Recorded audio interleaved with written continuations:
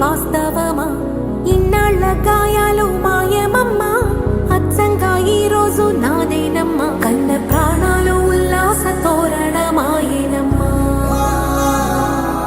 కంటి చెంపల్లోనూ నేడు సంతోష ఛాయలమ్మా.